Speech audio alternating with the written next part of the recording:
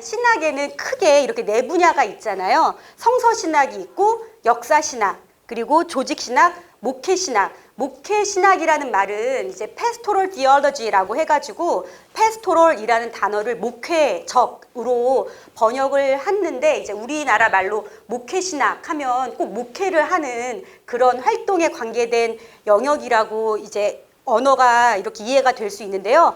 목회신학이라고 했을 때는 더 많이 알려진 용어는 실천신학이라는 말이죠. 한국에서는 이제 목회신학이라는 어원이 훨씬 더 역사적으로 오래된 어원임에도 불구하고 저희가 이제 practical theology, 실천신학이라는 용어가 훨씬 더 신학생들 안에서도 더 이렇게 친숙한 단어로 받아들여지고 있더라고요. 자, 성서신학인 경우 무엇을 공부하나요? 그렇죠. 구약과 신약이라는 텍스트를 공부하죠. 역사신학에서도 텍스트가 있어요. 1세기 교회의 역사부터 시작된 아주 수많은 텍스트들이 있지요. 그리고 조직신학이라는 분야도 사실은 중세부터가 아니죠. 아주 오래전부터 교부들이 만들어 놓았던 그런 신학들, 우리가 가장 가깝게는 뭐 불트만이나 틸리히나 조직신학 개론을 썼잖아요. 그래서 신론부터 이렇게 쭉 어떤 신학 안에 있는 분야들을 조직적으로 개념별로 정리해 놓은 신학의 분야인데요. 조직신학이라는 분야에서도 텍스트가 있습니다.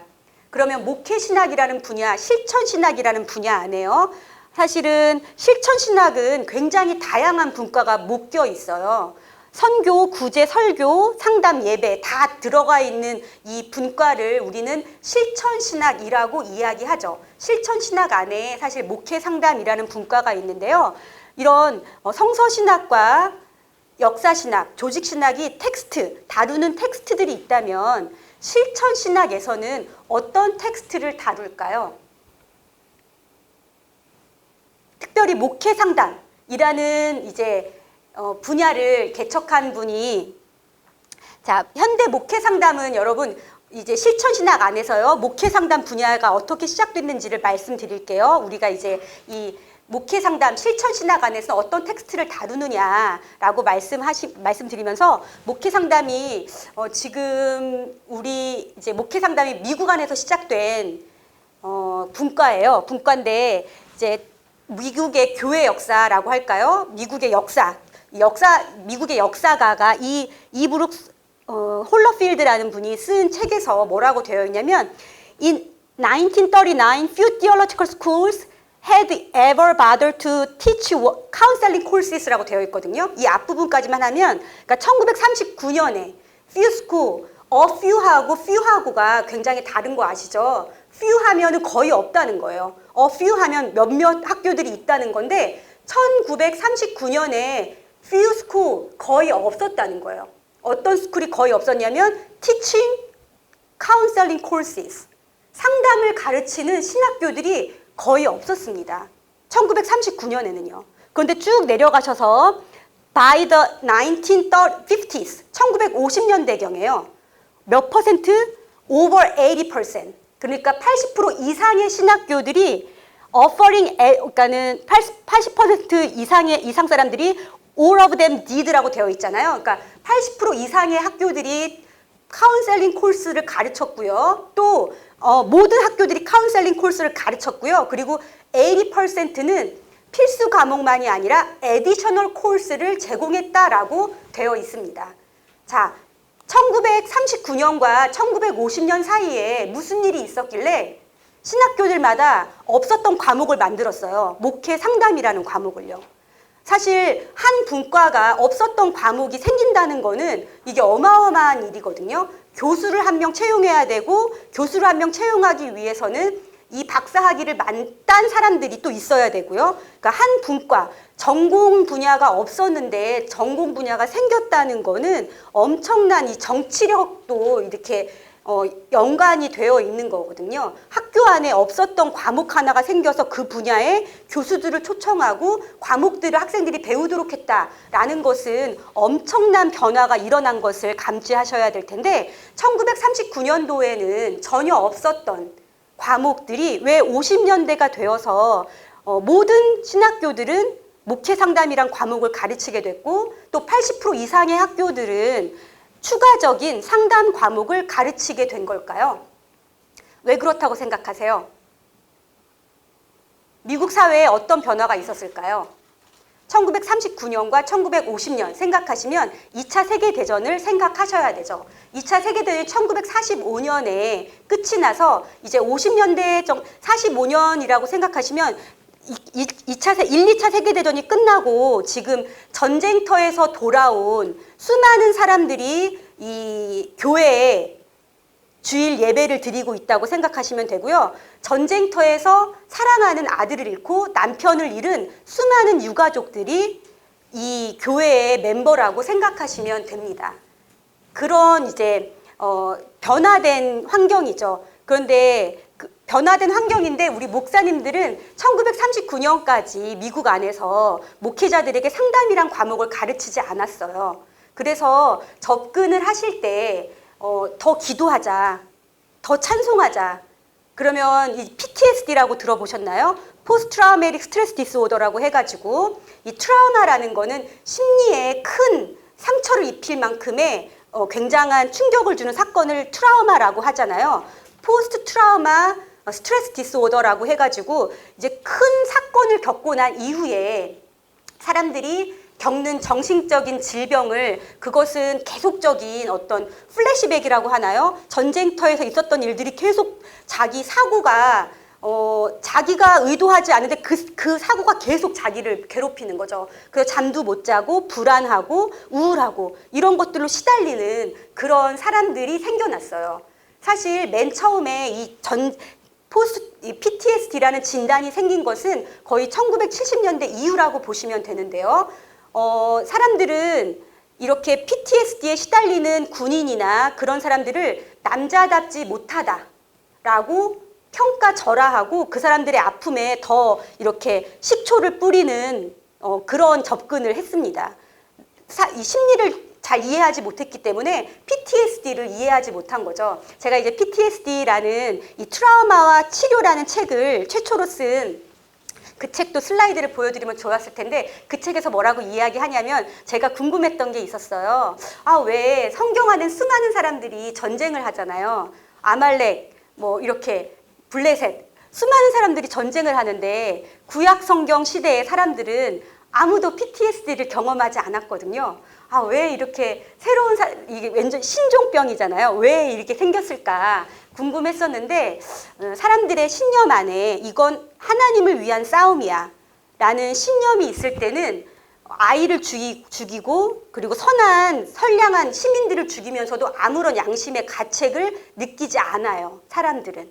하지만 그 전쟁이 하나님의 뜻이라는 명목하에서 이루어지는 전쟁이 아니고 국가를 위한다고는 하지만 그런 개인이 선량한 사람들을 죽이고 하면서 받는 충격을 이 성전이라고 하죠. 하나님의 이름으로 싸우는 싸움이 아닐 때 인간이 겪는 양심 때문에 그런 것도 있고요. 아무튼 PTSD가 그런 이유라고 이야기하는 걸 보면서 굉장히 재미있었고 신기했었던 경험이 있는데 이제 PTSD라는 것은 70년대 이후에는 없었고 그리고 39년, 50년대에는 없었죠. 목사님들이 그러니까 설교하면서 이 PTSD를 겪는 군인들이나 또 사랑하는 사람들을 잃은 유가족들이라고 얘기할 수 있겠죠. 유가족들에게 이제 눈물을 닦을 때가 되었습니다. 라고 그 사람들의 슬픔의 단계가 있고 사람은 애도하는 과정이 모두가 다 다르거든요. 그럼에도 불구하고 일률적으로 어떤 찬송하고 기뻐하지 않는 것은 믿음이 없는 것이다 라는 접근을 할 때 사람들이 굉장히 어려울 수 있는 거죠. 그리고 사실 심리학이라는 분과는 신학교에서는 가르쳐지지 않았지만 일반 대학에서는 1900년대 초부터 만들어지고 미국 안에서 가르쳐지던 과목인데요. 그래서 일반 성도들은 심리학적인 개념, 심리학적인 이해가 있는데 목회자들에게 심리학적인 이해가 굉장히 적어졌기 때문에 민감성이 떨어진 그런 목회적 돌봄을 이제 받는 성도들의 어떤 요구와 사회적인 요구가 있었어요. 사회적으로 이 PTSD로 인해서 사회 전체 안에 돌봄을 해야 하는 인구가 너무 많다 보니까 이 정신의학을 공부한 사람들만 그 사람들을 치료하기엔 너무 힘들기 때문에 모든 공동체 그리고 신학교를 포함한 모든 교육단체에 정부의 적극적인 지원과 함께 이런 목회 상담이라는 과목을 가르치게 되었다고 보시면 좋겠습니다. 목회 상담이 그래서 처음 등장한 이유는요, 시대의 변화 때문에 그리고 사람들의 요구로 인해서 만들어진 과목이다라고 보시면 되겠어요. 그리고 목회 상담을 처음 만든 사람, 이거 하나만 보고 넘어갈게요. 루터가 사랑하는 아들을 잃은 부부에게 쓴 편지예요. 1531년경에 쓴 편지인데 한번 읽어보죠. 당신들이 그렇게 슬퍼하고 눈물을 흘릴 때 당신의 아들은 아름답게 이 세상에서 마지막을 마쳤고 그리스도 안에서 영원히 잠들었으며 의심할 여지가 없이 당신의 아들은 그리스도가 주는 영원한 안식 가운데 있게 되었고 이제 그의 품에서 부드럽고 평안하게 잠들었습니다. 당신들은 그 사실로 위로받아야 되고 더욱이 기쁨으로 하나님께 감사드려야 합니다. 라는 편지글의 일부입니다. 자, 여기 앉아 계신 목사님들은 다 자녀를 잃은 슬픔이 어떤 건지를 아실 거라고 생각해요. 직접 경험이 아니더라도 많은 성도들도 경험하셨을 거고 자녀를 잃은 슬픔이 얼마나 이 부모에게 큰 아픔인지를 이해하실 거라고 생각이 드는데요. 정말 내 자녀를 잃었을 때 목회자로부터 이 편지를 받았다라고 한번 상상해 보시죠.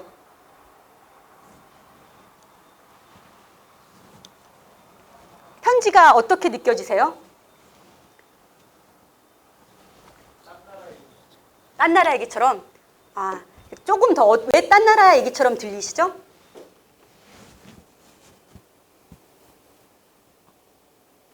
부모로서 약간 목사님한테 상처받은 구절은 없으세요?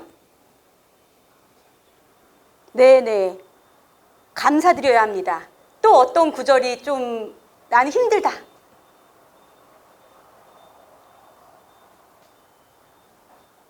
아들이 하나님 편에 갔으니 위로 받으세요 라는 내용이죠. 그리고 감사합시다. 근데 당신은 그 사실로 위로받아야 되고 아들이 천국에 갔다는 사실은 사실인데 그것으로 위로가 안 돼요.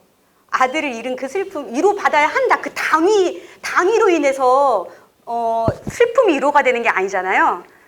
그러니까 제가 이 편지를 잠깐 보여드리는 것은 이제 1500년대니까요.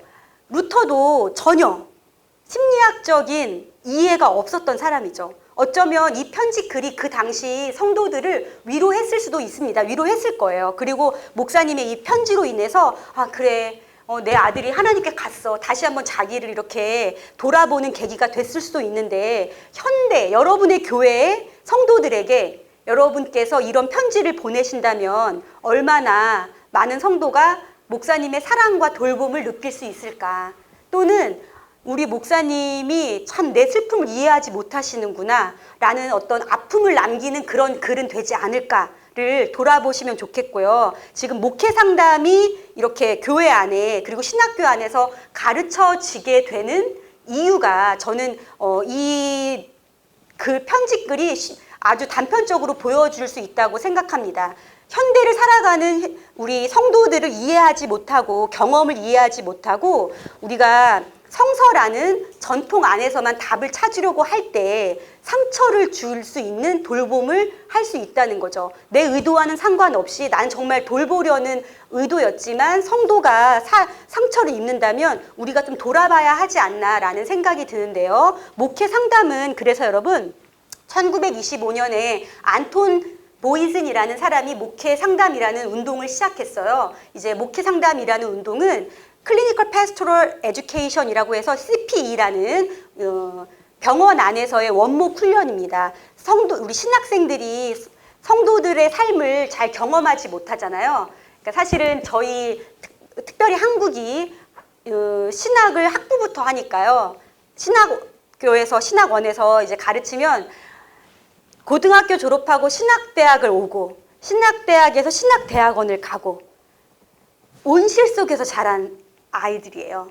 교회밖에 모르고 교회를 밖을 전혀 모르는 우리 신학생들인데 미국도 마찬가지라고 보시면 될 텐데, 미국은 그나마 학부를 다른 걸 다 전공하고 나서 이제 신학교를 대학원을 오다 보니까 다른 이해함들이 조금 더 있을 수 있지만, 이제 안톤 T 보이슨이 병원 안에서 임상 목회 훈련을 시작한 이유가 우리 교회 신학생들이 너무 살아있는 사람들의 이야기를 들을 수 있는 기회가 너무 적다라는 걸 시작으로 해가지고 이 사람들이 리빙 휴먼 다큐멘트, 살아있는 인간 문서를 읽도록 하는 경험을 했으면 좋겠다라는 이제 그런 의도를 가지고 목회 상담 운동을 시작하는데요. 이 사람은 자신이 3번의 신경쇠약으로 인해서 이제 정신병원에 입원을 합니다. 그리고 마지막으로 가장 길게 15개월 이제 라체스터라는 곳에 있는 병원에 입원해서 치료하면서 무엇을 느끼냐면, 자기를 진료하는 의사들은 영혼에 너무 관심이 없어요. 자기의 어떤 이 정신적인 질병이 굉장히 영적인 것이라고 자기가 진단함에도 불구하고 의사들은 영적인 거에 전혀 관심이 없고, 또 자기를 찾아오는 목사님들은 정신적인 세계에 전혀 관심이 없는 거예요. 그래서 어떻게 이런 조화를 좀 신학생들 안에 조화를 이루어야 되고, 신학과 의학 안에 어떤 정신적인 의학 안에 대화가 필요하다라는 그런 필요성을 가지고 CPE라는 운동을 시작해서 목회 상담 운동을 시작하게 되었는데요. 이 사람이 이제 처음에 제가 질문 드린 건데, 목회 상담 그리고 실천 신학에서의 텍스트는 The Living Human Document다. 살아있는 인간 문서를 연구하는 학문이다 라고 하는 거죠. 성서 신학이 구약과 신약이라는 텍스트를, 그리고 역사 신학이 1세기부터 있었던 교회 역사를 기록한 그런 텍스트를 보는 것처럼, 실천 신학, 구제, 설교, 예배, 그리고 목회, 상담, 교육, 이런 분야를 하는 실천 신학에서는 어떤 텍스트를 다루느냐, 살아있는 인간 문서를 다룬다는 거죠. 살아있는 인간 문서를 다루다 보니까 모든 사람들의 경험이 다 달라요. 경험이 다르고 살아있는 인간들은 경험이 계속적으로 변화되잖아요. 그러니까 이 살아있는 인간 문서를 읽으면서 이 인간 문서를 성서만큼의 존중함을 가지고 우리가 대해야 한다라는 신념에서 목회 상담을 시작했습니다. 이 리빙 휴먼 다큐먼트라는 곳에서 안톤 T 보이슨이 이야기하는 것은, 고통당하는 영혼의 경험과 그들의 내적 갈등의 이야기가 전통 신학의 텍스트만큼이나 중요하게 여겨져야 한다 라고 이야기를 하는 거예요. 그래서 현대인의 경험이 굉장히 중요하다라고 이야기를 하고 있고요. 이런 출발점을 시작으로 해서 목회 상담이 방법론적인 이렇게 발전을 하게 되는 것은 폴 틸리의 방법론 때문이기도 합니다. 폴 틸리는 조직신학자이기도 하지만 이 사람이 굉장히 심리학에 관심이 많았고요. 목회 상담에 굉장한 서포터였어요. 그래서 이 사람이 어떤 방법론을 제시하냐면, 코릴레이셔널 메서드라고 해가지고 상호 관계법이라고 하면 좋겠죠. 이 상호라는 것은 기독교와 타 학문 간의 대화의 장을 열어놓은 방법론을 추구했습니다. 그래서 하지만 이제 폴 틸리 같은 경우는 일방통행이라고 보시면 돼요. 기독교와 다른 여타의 많은 학문들이 있는데 답은 기독교 안에 있어요. 답은 기독교 안에 있고, 이 여타의 학문들에서 질문을 제기할 수 있고 대화는 가능하다라고까지 이제 열어놨었는데, 데이비드 트레이시와 단 브라우닝이라는 사람들에 의해서 수정된 상관관계법이 더욱더 이제 발전되어 가면서요, 이 기독교가 전혀 변하지 않으려고 하면서 다른 학문가의 대화를 시도하는 것은 대화라고 할 수 없다. 이 양방향의 다이얼로그가 돼야 되지 않을까, 모놀로그가 아니라 다이얼로그가 돼야 하지 않나 라는 것까지 이제 발전을 시켜서 지금 실천신학과 아주 수많은 목회 상담가들이 수정된 상관관계 방법론을 사용하고 있다라고 보시면 되겠고요. 제가 이제 이 상관관계법을 잠깐 생각하면서 웨슬리안 쿼드리레터럴이라고, 이 내기둥이라고 말하죠. 우리 기독교 전통, 웨슬리 전통 안에 하나님을 발견할 수 있는 방법일까요? 이것도 웨슬리의 신학적 방법론이라고 알면 되겠는데, 성서와 전통과 그리고 인간의 이성, 그리고 경험, 이 네 가지를 이야기하잖아요. 웨슬리가 이야기한 이 쿼드리레터럴을 조금 더 자세하게 보면 성경이 있고요. 그 성경이 이성과 경험과 전통에서 계속적으로 대화를 해나갈 필요성에 대해서 이야기를 하고 있습니다. 그래서 제가 생각하기엔 이 단 브라우닝 이제 폴 틸리부터 시작해가지고 지금의 현대 학자들까지 계속 적용하고 있는 이 수정된 상관관계 방법론이라는 것은 우리 이제 웨슬리안들에게도 굉장히 웨슬리부터 이야기해왔던 방법론과 이렇게 일맥상통하지 않나라는 생각이 들고요. 그래서 제가 이제 현대인의 경험, 오늘날 지금 포스트 코로나 시대의 경험 중에서 이제 코로나로 인해서 부상한 개념이 뭐가 있을까요?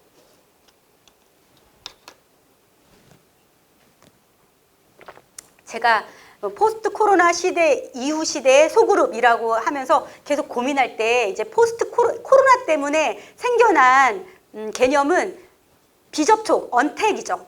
그리고 소셜 디스턴싱, 사회적 거리두기라는 개념이 이전에 없었잖아요. 그 뉴 노멀이 돼가지고 지금 마스크를 쓰는 게 상상이 안 됐는데 이제 다 마스크 쓰고 다녀야 되고 안 쓰면 사람들이 이렇게 눈치도 주고 그렇잖아요. 완전히 사람들의 기준이 바뀌어버린 거죠. 뉴 노멀이 생겼는데 저는 소그룹을 생각하면서 이 코로나로 인해서 급부상한 이 개념과 대화를 나누고 싶었어요. 근데 사실은 언택이면서 소셜 디스턴싱을 하려면 소그룹은 불가능하잖아요.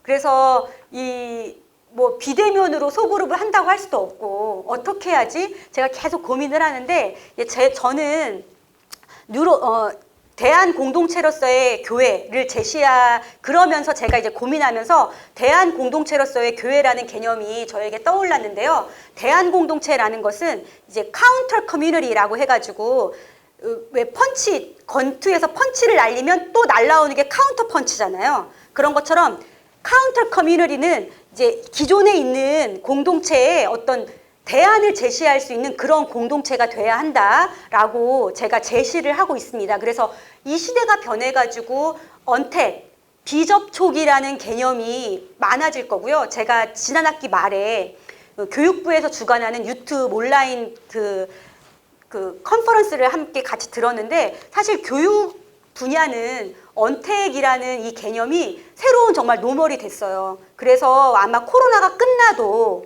언택이 완전히 사라지지 않을 거라고들 다들 이야기하거든요. 그래서 많은 학교들이 지금 이제 비접촉, 비대면 수업을 어떻게 진행을 해야 되는지 시설을 갖추고 있고 이제 아이들이 비접촉, 비대면 수업이 단점도 있지만 물론 장점도 있는 것 같아요. 그래서 이제 교육 안에서 그리고 직장들이 지금 제가 재택근무를 하고 있잖아요. 많은 직장에서 이 재택근무가 코로나가 끝나도 100% 없어지지 않을 거라고 합니다. 그렇게 이야기하잖아요. 그리고 그래서 사실은 사무실로 쓰는 공간들이 이제 다른 공간으로 변화될 가능성에 대해서 많이들 논의하고 있는데요.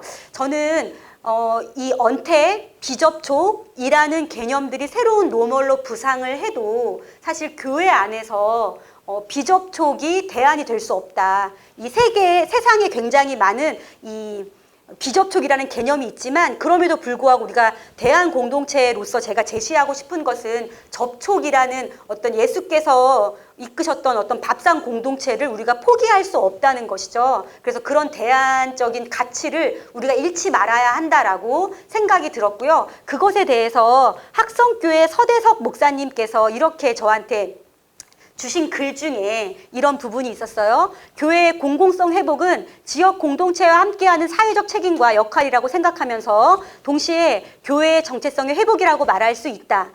신약시대의 소그룹 목회 사역은 예수 그리스도를 통해서 나타났으며 예수 그리스도의 사역의 중심은 공동체성을 회복하는 것이며 소그룹을 통한 코이노니아의 회복은 바로 성경의 정신인 것입니다 라고 이야기를 합니다. 그러니까 예수께서 그 당시에 차별이 있었지만 차별을 깨셨잖아요.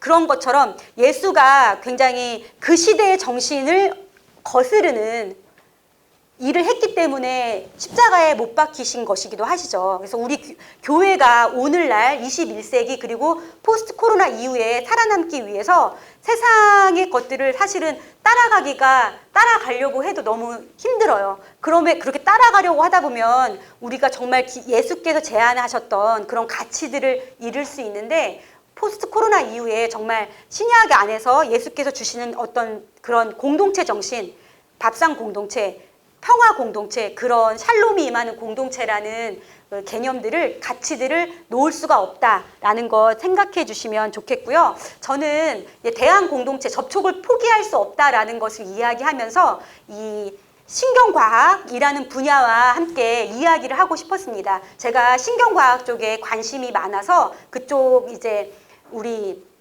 긍정심리라는 심리학 분야가 있어요. 긍정심리학 분야와 함께 한 학기 우리 신학대학원생들하고 목회 상담이라는 과목을 배우면서 이 신경과학에 대해서 조금 더 이야기했는데요. 제 최근 이제 관심 분야가 신경과학이다 보니까 제가 이런 분야와 함께 대화를 나누면서 이 대안 공동체, 접촉을 포기할 수 없다는 거에 대해서 조금 더 부연 설명을 드리고 싶은데요. 신경과학이라는 분야는 거의 1990년대 말부터 이제 기술의 발달로 발전하기 시작했어요. 기술의 발달은 살아있는 인간의 뇌의 활동을 측정 가능하게 되면서입니다. 그래서 브레인 이미지 테크닉이라고 보시면 되겠는데요. 가장 미발달, 가장 초기 단계는 EEG라고 해요. 우리 왜 심전도를 EKG라고 이야기하거든요. 뇌파를 이렇게 읽어내는 그 기구가 맨 처음에는 EEG였습니다. 근데 EEG는 그냥 뇌파를 읽어낼 정도예요. 뇌의 활동을 알 수는 없거든요. 이제 EEG가 발달하고 나서는 CT 스캔이라는 기술이 발달했죠. CT라고 들어보셨죠? CT는 하지만 살아있는 지금 막 활동하고 있는 거를 찍을 수는 없는 기술이고요. 지금 막 활동하는 기술을 찍게 된 것은 펫스캔부터입니다. 펫스캔과 fMRI라고 들어보셨죠? 이 MRI인데 뇌를 찍는 것을 fMRI라고 이야기하는데요.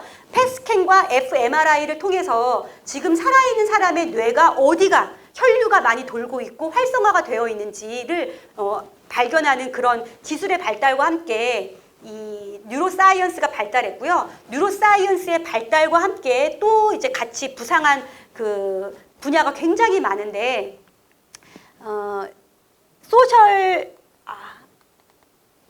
부상한 소셜 뉴로사이언스라는 분야인데요. 제가 뉴로사이언스에서 가장 그동안 있었던 뇌에 대한 개념을 완전히 깨부순 게 무엇이냐면 이 신경 가소성이라는 개념이에요. 뉴로플라스티라고 해가지고 어른의 뇌가 변화되지 않고 굳어 있다고 생각했어요. 하지만 우리 이제 이 과학 발달한 기술로 인해서 측정을 해보니까 어른의 뇌도 계속 변화됩니다. 어른이 생각하지 않고 그냥 구석에 빛 받으면서 고양이처럼 가만히 앉아 계시면 그것이 뇌를 멈추게 하는 거죠. 뇌가 기능이 없어진 게 아니에요. 어른들한테 계속 말을 시키고 계속 뇌 활동을 하게 해주면 걷는 것도 굉장히 중요하거든요. 어른의 뇌도 유연성이 있어요. 이 플라스티시티라는 거는 유연성을 말하거든요. 그래서 이 뇌과학, 새로 발달한 뇌과학에서 가장 중요하게 다루어지는 것이 이 신경 가소성, 뇌가 계속적으로 변화되고 그 뇌의 변화는 나이가 들면서 멈추는 게 아니다라는 것입니다. 그래서 이 신경 가소성이 전달하고 있는 것은 use it or lose it이에요. 여러분이 사용하십시오. 그럼 잃지 않아요. 사용하지 않으면 잃게 되는 거죠. 우리 근육도 그렇잖아요. 우리 복근이 있는 사람들 있잖아요. 왕자가 있는 사람들. 그 사람들은 특별한 유전자가 있는 걸까요? 아니에요. 우리는 그 부분을 사용하지 않았기 때문에 복근이 없을 뿐이죠. 우리가 사용하면 복근이 생기거든요. 뇌도 마찬가지입니다. 여러분이 사용하시면 뇌가 계속적으로 발달할 수 있고 잊어버리지 않을 수 있어요. 그래서 이 신경가소성이라는 개념과 함께 이 건강과 헬스와 어떤 사회적 관계를 계속적으로 연구하는 분야가 이제 소셜 뉴로사이언스, 사람의 관계가 뇌에는 어떤 영향을 미치는지를 또 연구를 하는 분야가 생긴 거죠. 이 분야는 이제 하버드에 계신 리사 벌크만이라는 교수님의 연구를 잠깐 소개시켜드리고 싶은데요. 이분은 이제 유행병 학자, 지금도 저희가 계속 역학자들이 계속 추적하잖아요. 그런 것처럼 이 유행병에 대해서 관심을 가지시면서 이분이 연구한 분야는 지역은요, 캘리포니아, 이제 샌프란시스코 위쪽 옆쪽으로 있는 알라메다 카운티라는 곳에 6,928명을 싱글들을 대상으로 해가지고 암이 어떻게 발달하는지를 논문을 쓰셨어요. 사회적 고립된 여성의 경우 암으로 죽을 확률이 높아졌고요. 이미 암이 있는데 고립된 삶을 유지하는 남성의 경우에는 일찍 죽어요. 그런 결과를 사실은 이 1990년대 이후로, 좀 아까 그 논문은 1980년대 논문인데요. 90년대 이후로 다수의 연구들이 친구와 가족으로부터 지지받은 유방암을 가진 여성들이 치료에 훨씬 더 좋은 진전을 보인다라는 걸 발견했고요. 정기적인 만남은 규칙적인 운동이나 건강한 식단만큼, 식단만큼이나 중요하다는 거예요. 인간이 우리가 스타벅스 가가지고 매주 이렇게 친구를 만나고 속회로 모이잖아요. 속회로 모이고 그게 인간의 건강에 엄청난 영향을 주는 것입니다. 우리가 담배를 끊는 것만큼이나 더 효과가 있어요. 담배 끊는 것보다 사람들하고 만나가지고 같이 이야기 나누고 같이 소통하는 게 굉장한 이 어른들이 늙어가시는 게, 제가 조금 아까 우리가 나이가 들면서 인간관계가 좁아지는 거 느끼시죠? 대학생들이, 신학생들이요, 탁과생을 만날 수 있는 유일한 기회가 학부 때예요. 학부는 교양 과목을 듣거든요. 교양 과목도 듣고 하니까 다른 탁과생들하고 같이 이렇게 수업도 듣고 같이 그룹 활동도 하면서 알아가는데, 그 학생들이 대학원을 졸업해가지고 신학대학원을 왔다. 그럼 인간관계가 완전히 좁아진 거죠. 거기에서 이제 목회를 나갔다.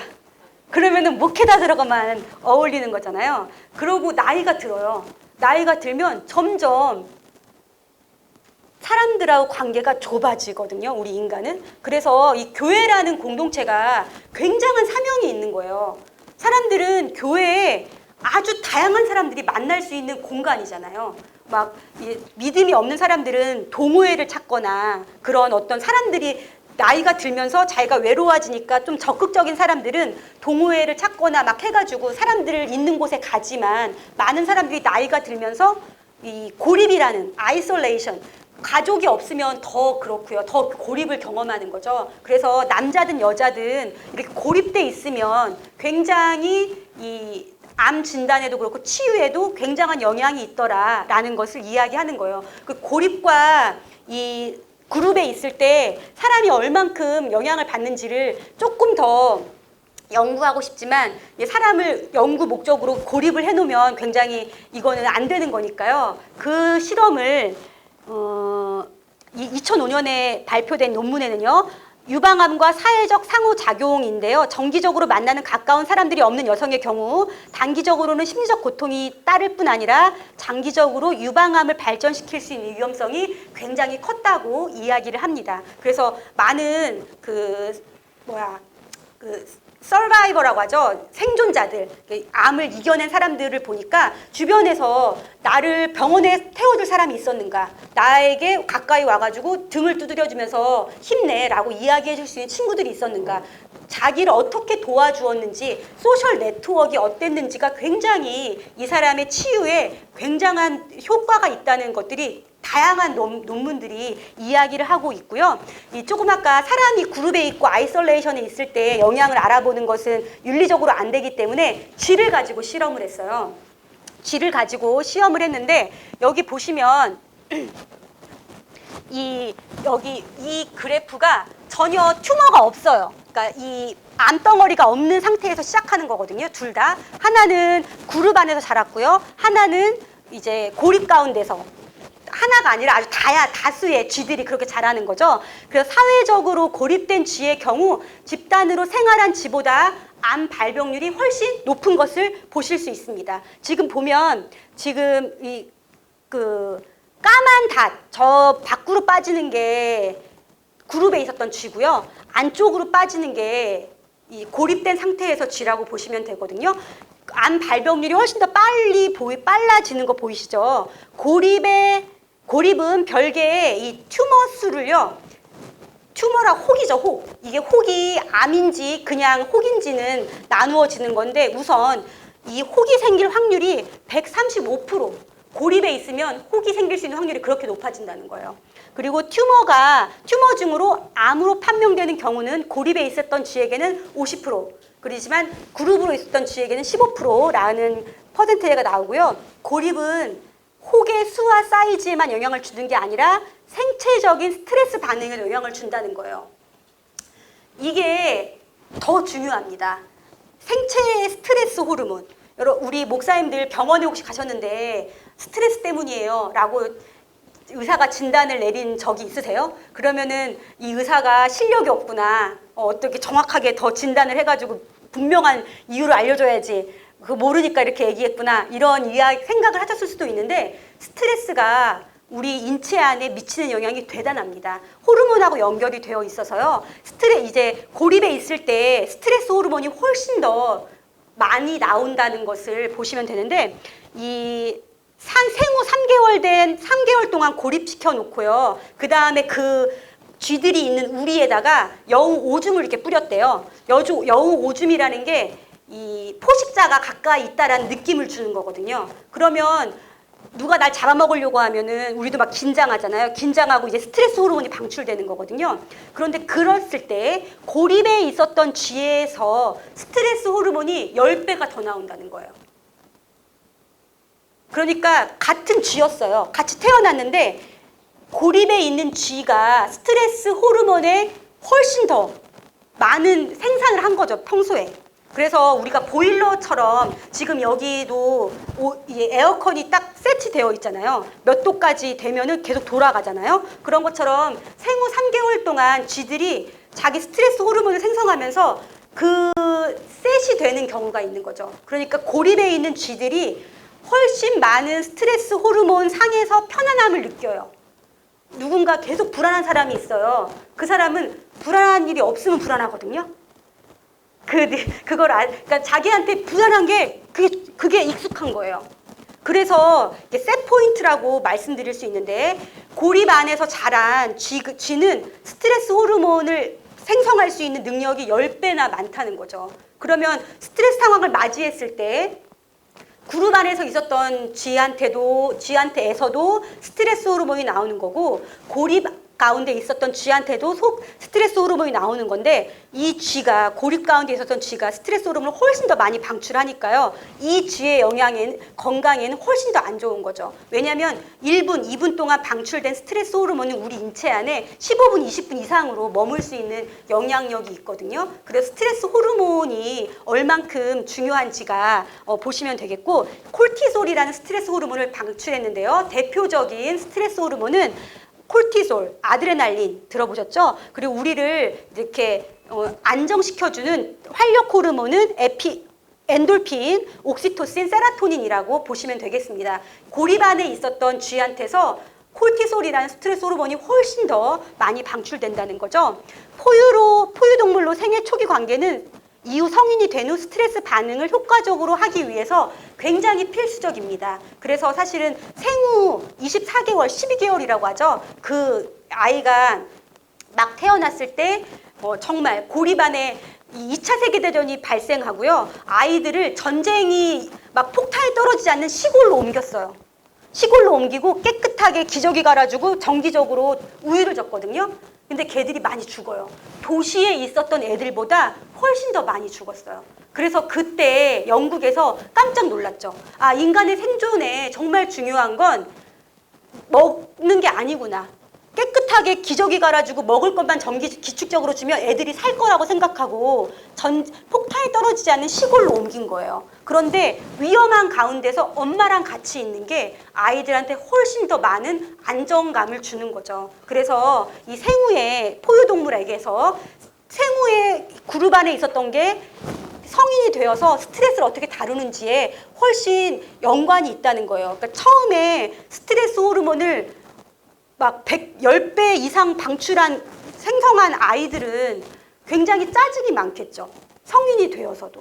그렇게 그러니까 인성을 만들어 가는데 이 스트레스 호르몬이라는 것 자체가 훨씬 더 많이 발생되었을 때 이렇게 우리한테 건강에도 영향을 줄 뿐 아니라 관계에도 영향을 준다는 거죠. 고립으로 인해 발생된 스트레스 호르몬은 튜머가 자라게 하는 것을 억누르는 활력 호르몬을 억제하기 때문이에요. 스트레스 호르몬이 나오면 활력 호르몬은 줄어들거든요. 그래서 스트레스 호르몬은 면역력을 떨어뜨리죠. 그러니까 연어가 물을 거슬러 올라가 가지고 태어난 데 가서 죽는다고 하죠. 알을 낳고 죽잖아요. 알을 낳고 한 달 정도에 죽는데요. 알을 낳고 일주일 정도 죽나? 이렇게 죽거든요. 근데 왜 얘가 알을 낳고 죽지는 아직 과학이 발견해내지 못했어요. 그런데 그 캘리포니아에 있는 로버트 사폴스키 박사라는 분이 그 거슬러 올라와서 알을 낳은 연어에 이 부신이라는 신장의 바로 옆에 붙어있는 부신이라는 곳이 있는데요. 그 부신에서 아드레날린이 방출되는 것을 관장하는 기관이거든요. 그 아드레날린을 제거했어요. 아드레날린을 제거했더니 그 연어가 몇 개월을 더 살아요. 그러니까 사폴스키 박사가 이야기하는 것은 그 댐을 막 건너고 물을 거슬러 올라가면서 연어의 몸에 상처가 엄청 난다는 거예요. 상처가 엄청 나는데 얘가 계속 올라가기 위해서 엄청난 아드레날린을 방출한다는 거죠. 그렇기 때문에 상처가 났는데 엄청난 아드레날린이 방출됨으로 인해서 스트레스 호르몬 때문에 면역력이 급격히 떨어지는 거예요. 그래서 이 연어의 죽음은 스트레스 호르몬과 굉장히 연관이 있다라는 것을 이야기하시는데 굉장히 설득력이 있다고 생각했습니다. 우리 사람한테서도 부신의 크기가 굉장히 다르거든요. 네네. 네네. 네네. 부신도 옛날에요. 사람의 부신이 굉장히 크다고 생각했어요.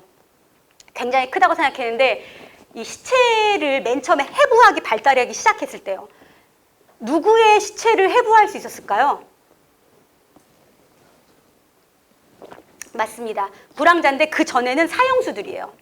사형수들의 벌의 일부로 사형수들의 시체를 해부할 수 있도록 허락했죠. 그리고 근데 의학교가 늘어나는데 해부할 수 있는 시체가 너무 적으니까 그 다음부터는 이제 영국이나 유럽에서요 관을 파가는 그런 행위가 너무나 횡행했어요. 그런데 그래가지고 어떤 관이 나오냐면 부자 사람들은 열리지 않는 관 이런 걸 특허를 내요. 특허가 막 나오거든요. 그러니까 가난한 사람들은 근데 그런 관을 쓸 수가 없는 거예요. 그러니까 목재, 그러니까 쉽게 열리는 그런 관을 쓰니까 이 시체 장사들이 가난한 사람들의 관을 이렇게 많이 이렇게 써게 됐고 그러다가 윌리엄 벌크맨인가요? 벌크만이라는 사람이 부자 남자였는데 그 1800년대요. 그 자기 도시의 불황자들을 자기 집에 초대해요. 그 맛있는 식사를 대접하고 죽여요. 다 죽여가지고 시체를 다 팔아 넘겨요. 그거를 발견하게 되거든요. 발견하게 되면서 이제 그 법이 새롭게 만들어지고 막 그러는데 그렇게 처음에 해부된 시체들이 다 굉장히 사회적으로 가난하고 힘없는 사람들이었어요. 그리고 나서 가끔 아주 간혹 부유한 사람들의 시체가 이렇게 기증이 되는 때가 있었거든요. 그런데 부신을 연구하는 사람들이 지금 제가 그 명이 생각이 안 나는데 가끔 기증되는 그 부자 사람들의 부신이 작은 거예요. 그래가지고 이 사람들은 부신 위축증이라고 하나? 그런 병이 걸렸어 라고 그런 병명을 만들어내요. 근데 현대의학이 발전하고 나서 인간의 부신은 원래 그 부자 사람들의 부신 크기만 해요. 그 부자 사람들의 부신이 그냥 독특하게 작았던 게 아니고 원래 대다수의 사람들의 부신은 초기에 해부됐던 사람들의 부신보다는 작아요. 근데 초기에 해부됐던 시체들이 너무나 힘든 삶을 산 사람들이 대부분이기 때문에 부신의 크기가 아주 컸던 거죠. 그러니까 우리의 부신의 크기는 또 어느 만큼 될지 모르겠습니다. 우리 부신은 스트레스 호르몬과 굉장히 연관이 되어 있고요. 그 스트레스 호르몬으로 인해서 우리 몸에 얼만큼 방출되느냐에 따라서 생명과 굉장히 연관되는데, 우리 이 부신의 스트레스 호르몬은 사람이 관계 안에 있을 때 굉장히 이렇게 옥시토신, 사랑 호르몬이 나올 수 있고요. 우리가 관계 안에 있을 때는 활력 호르몬이 나올 수 있다라는 것. 사람이 이렇게 고립 안에 있으면서 한때 그냥 혼자 있고 싶은 때가 있는 거지만 계속 고립 안에 있으면서 즐겁고 행복한 사람들은 없다고 보거든요. 사람은 사회적인 존재이기 때문에요. 그래서 여기 보시면 콜티솔, 여기 베이스라인이라고 보이시죠? 베이스라인은 셋 포인트예요. 시작하는. 그래서 지금 파란 색깔이 고립된 상태에서 있었던 쥐들이고요. 빨간 색깔이 그룹으로 자라났는데, 이제 스트레스가 있으면은 콜티솔이 올라가겠죠. 올라가는데 빨간 색깔이 빨리 떨어지죠. 회복이 되는 거예요. 올라갔던 콜티솔의 수치가 뚝 떨어집니다. 그룹 안에서 자란 아이들은. 근데 고립 가운데서 자란 아이들의 지금 콜티솔 수치가 그룹에서 자란 아이들보다 훨씬 덜 떨어지는 거 보이시죠? 그래서 스트레스 호르몬과 굉장히 연관이 있다는 거 기억을 해주시고요.